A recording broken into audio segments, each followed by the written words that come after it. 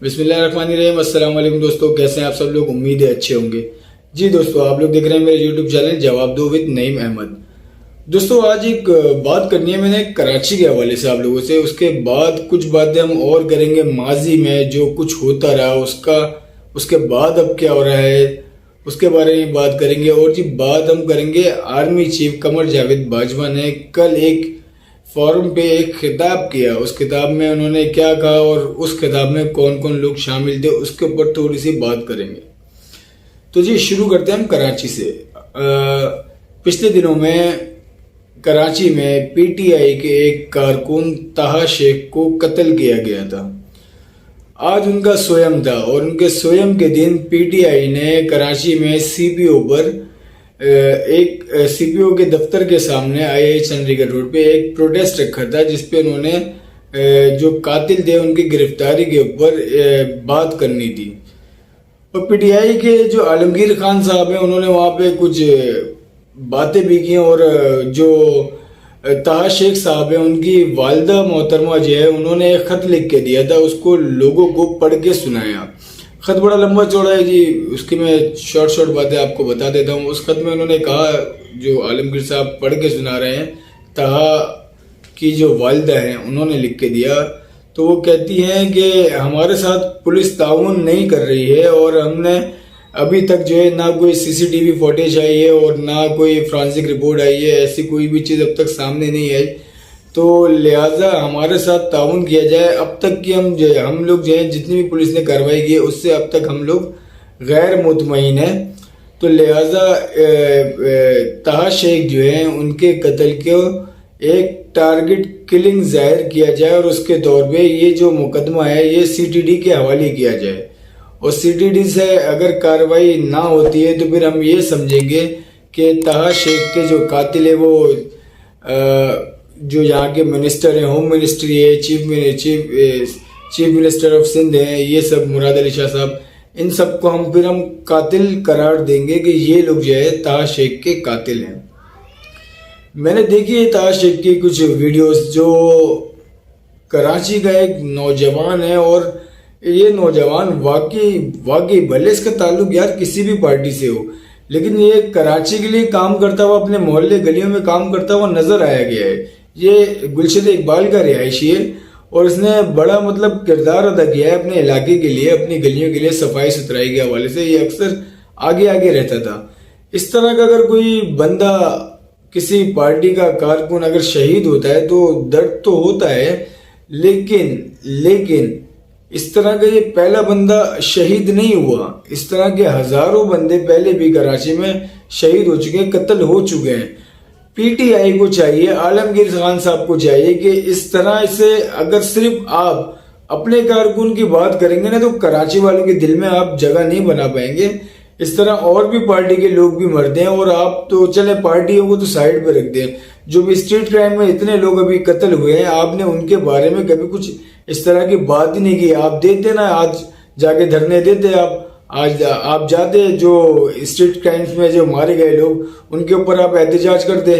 آپ کا ایک کارکن آج مارا جاتا ہے اور اس کے اوپر آپ نے آج احتجاج بھی کیا، اور پھر آئندہ کا اپنا لائے عمل بھی آپ دے رہے ہیں کہ ہم سی ایم ہاؤس کے پاس جا کے دھرنا بھی دیں گے۔ تو مطلب یار آپ پورے کراچی کو اپنا سمجھو، پورے کراچی کو، صرف اپنے کارکن کو نہیں سمجھو، پورے کراچی کو آپ اپنا سمجھو گے تو پھر بات بنے گی بھائی۔ اس طرح سے آپ کو کراچی سے کبھی کچھ نہیں ملے گا۔